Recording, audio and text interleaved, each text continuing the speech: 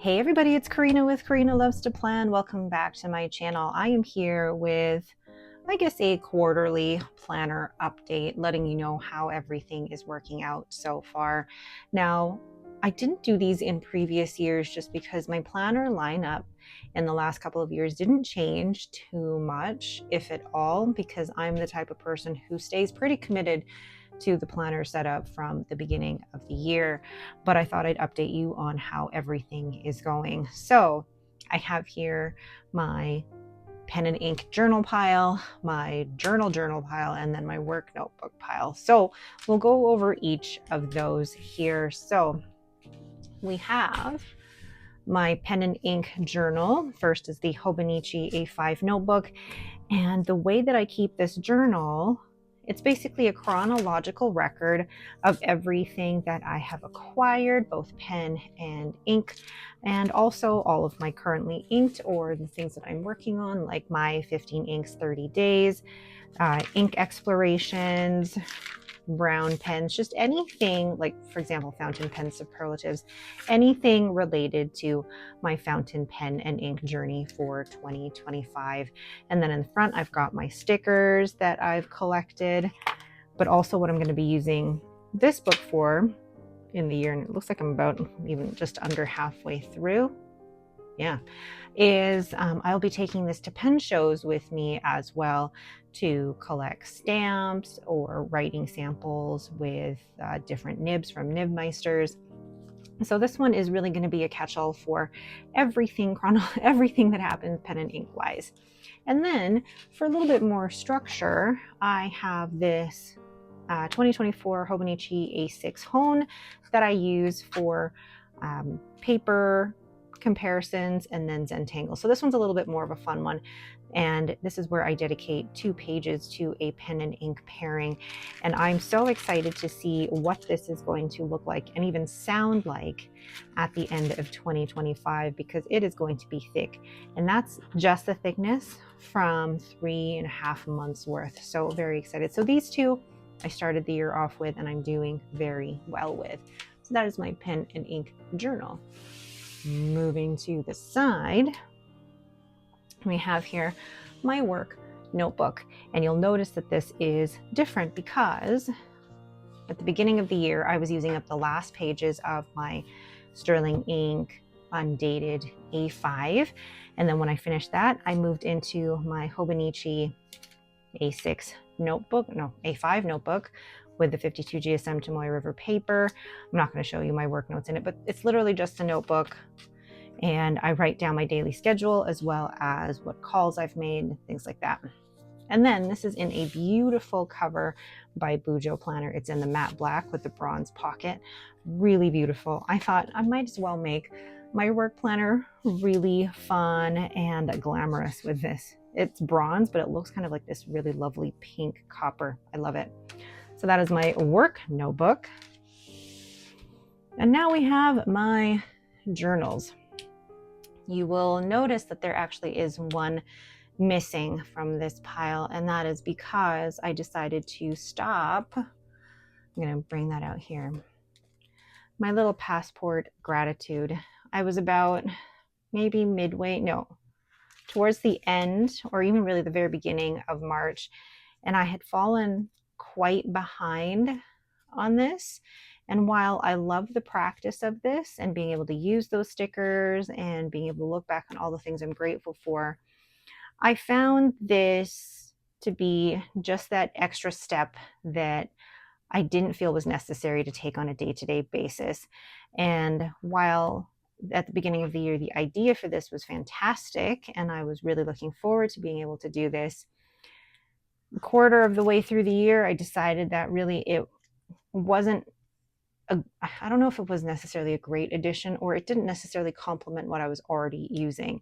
It felt like something extra that didn't really fit into what I wanted my journaling to be. So I was happy to stop this and then continue on with my Hobonichi A6 5-year journal, which I'm still doing daily. I am in year 4 of this, which I'm very happy with. And then my friend Katie, I was actually really worried about what I was going to do with the weather and the gratitude for 2026. But since February, I have been only writing the weather and the gratitude using up half of this width. And then for 2026, I'm going to use this half to write the weather and what I'm grateful for. And I've been keeping track as well of the pen and ink pairings that I've been using. I feel like 2025 has been about much warmer colors rather than any cooler ones. So we'll see what May brings. But it's so nice to be able to look back and also read through my entries from the previous year. So I'm still going strong with that one. Ooh, let's put the blotting paper back in there. And then this one here in the beautiful new trifold cover from Bujo Planner. This is the caramel, and it's just soft and floppy, and I love it. And then you've got the black pocket here too, so smooth. And then I've just got a journaling card here from Coffee Monsters Co. I'm actually going to add, if I can find it here, here we go. Also my journaling card, which is my Winter Sunrise journaling card. And then I have this is my Planner Monkey Co.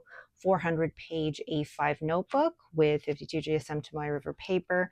I'm not going to show you my journaling pages, but I will show you what a prepped journaling page looks like. So this is what a prepped journaling page looks like. I've already painted my roses and decorated it for Monday, April 14th, and I've split the page in half. So basically 1 day is covering 2 pages, and then 1 year is half a page. And I've already put down stickers. These are ones that I printed for myself that basically have the day of the week and the year. And then these dated stickers are from Sterling Ink.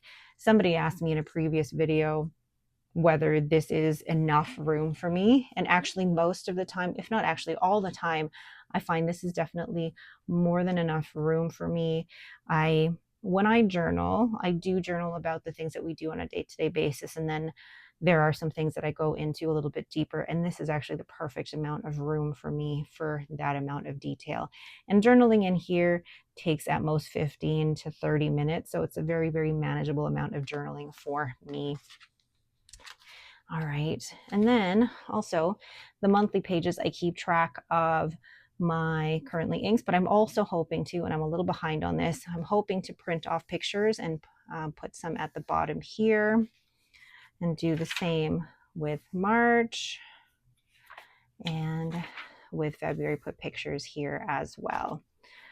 Okay, so, oh gosh, I love this trifold cover. It's just so soft, and like, look at the way just the texture of that is affected when you rub your hands on it. Okay, so in conclusion, how is everything going for me?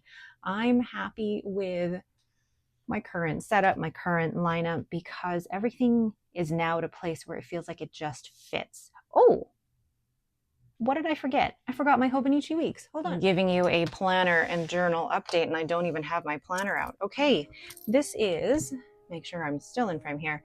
This is my Hobonichi weeks that I've been using very, very lovingly and very well since the beginning of December.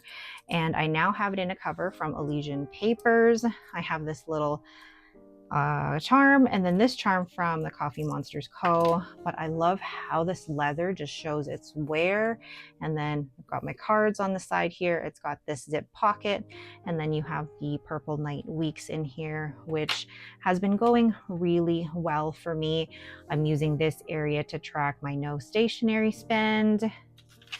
I'm using this area to keep track of upcoming appointments, which has worked really well for me. And then my monthly pages using for social media. And again, this setup works really well for me. I love how I can see everything at a glance and then keep track of what stickers I'm using. And then my weeklies. Weeklies are doing really well. I'm loving how these all look. I love when there's things that are crossed off and even checked off, because that's just life. And I have fallen very naturally into using the Hobonichi weeks. And then at the back, I'm keeping little just highlights of each of my days. And I'm really liking that. I'm really liking that practice as well, but also it allows me to use the stickers and use the paper in the back. But I'm loving how this is in this cover, and I now take this everywhere with me. And I say everywhere, but it's not that often that I leave the house. That sounds so sad. But when I leave the house, I can just grab this and go. And I find this, because I used to have the Galen leather Weeks zip folio, and while that was fun, I felt that it was a little bit clunky, whereas I really like this, and I keep my Hobonichi Weeks in here, whereas in my zip folio I kept taking it out and putting it back in, whereas this I'm happy to have it in its cover, and I can still plan and put stickers in it and everything while it's in the cover. Okay, so now I can't believe I almost forgot that. That is my update for my planners and journals for 2025. So far, everything still looks pretty much the same except for the Passport Gratitude Journal, and I'm okay with removing this from my lineup. While it was fun for what I had it for, I realized that if I just want to simplify things, removing that was probably the first choice in simplifying my lineup. Okay, and that is it for my quarterly planner update. How are you all doing with your planners for 2025? I know everyone is different with how they approach their planners. Some love experimentation and trying new things and not sticking to one type of planner setup. Some like to be able to dedicate themselves to one whole system for an entire year. But our needs change and our preferences change, and you got to find what works for you. For me, this system is working, and I don't see myself adding anything else into the lineup for the rest of the year. All right, again, that is it for me. Thank you all so much for watching. If you have any questions, please leave them in the comments below. If you like this video, please leave me a thumbs up and don't forget to subscribe. Thank you so much for watching, and have yourselves a great day.